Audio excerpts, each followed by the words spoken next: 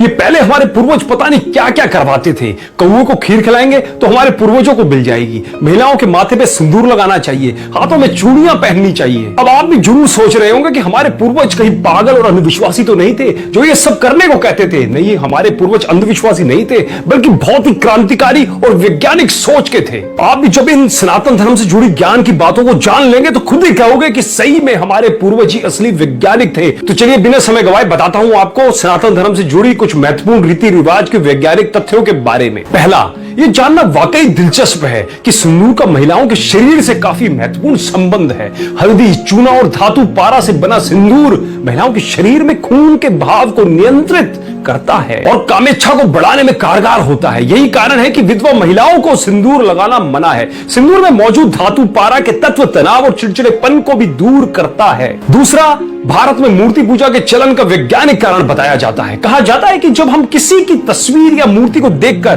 प्रार्थना करते हैं तो पूरा ध्यान उसी आराध्य देवी देवताओं के ऊपर हो जाता है। मन एकदम एकाग्र और नियंत्रित हो जाता है। इसलिए भारत में आध्यात्मिक उन्नति के लिए मूर्ति पूजा को मानव जीवन का अहम हिस्सा माना गया है। तीसरा, हाथों में चूड़ियां पहनने का भी दिलचस्प वैज्ञानिक कारण है। कहा जाता है कि कलाइयों में चूड़ियां पहनने से हाथों का ब्लड फ्लो ठीक हो जाता है, साथ ही चूड़ियों की वजह से ऊर्जा भी नियंत्रित रहती है। चौथा, मंदिर ऐसे स्थानों पर बने होते हैं जहां पर उत्तर और दक्षिणीय ध्रुवों के चुंबकीय और विद्युतीय बलों के कारण सकारात्मक ऊर्जा भरपूर मात्रा में होती है। मंदिर के मुख्य मूर्ति ठीक बीच में स्थापित की जाती है। इस जगह को मूल स्थान या गर्भगृह भी कहते हैं जहां मूर्ति की स्थापना होती है। उस स्थान के नीचे वैदिक मंत्रों से लिखी तांबे की धातुएं रखी जाती है। तांबा धरती के चुंबकीय बल को अपनी ओर आकर्षित करता है। इसलिए जब कोई नियमित तौर पर मंदिर में जाकर परिक्रमा आदि करते हैं तो तांबे के इसी चुंबकीय प्रभाव के कारण शरीर की नकारात्मक ऊर्जा भी धीरे धीरे सकारात्मक ऊर्जा का स्थान ले लेती है।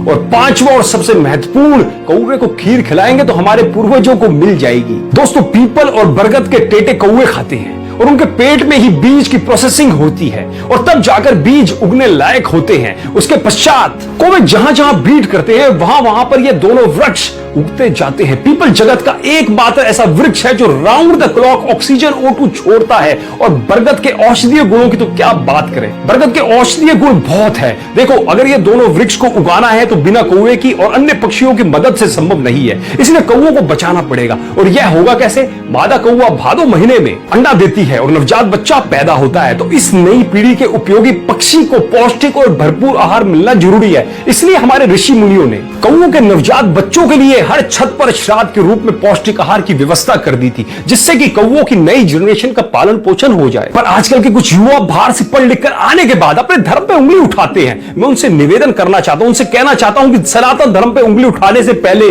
सनातन धर्म को जानो, सनातन धर्म को पढ़ो, फिर उस पर उंगली उठाओ। जब आपके विज्ञान का ABC भी नहीं था ना, तब हमारे सनातन धर्म को पता था कि किस बीमारी का इलाज क्या है, कौन सी चीज खाने लायक और कौन सी चीज खाने के लायक नहीं है। अतः ज्ञान का भंडार है हमारा सनातन धर्म और उनके नियम। विदेशी शिक्षा पद्धति पढ़े और अपने पूर्वजों ऋषि मुनियों के नियमों पर उंगली उठाने के बजाय उसकी गहराई को जानिए। और आज तो विदेशी शिक्षा पद्धति भी हमारे वेदों गीतों का अपने यहां प्रयोग कर रही है। तो उंगली उठाने से पहले एक बार जरूर सोचा कीजिए। दोस्तों, मैं उम्मीद करता हूं कि इस वीडियो ने भी आपको जागरूक जरूर किया होगा। यदि किया हो तो हमें एक कमेंट के माध्यम से सनातन धर्म के बारे में आपके महत्वपूर्ण विचार जरूर बताइएगा। और इस वीडियो को ज्यादा से ज्यादा सबके साथ शेयर जरूर करें जो सनातन धर्म पर उंगली उठाते हैं, उनको भी सनातन धर्म के महत्व का पता चल पाए। चलिए अगले वीडियो में फिर मुलाकात होगी, तब तक के लिए धन्यवाद।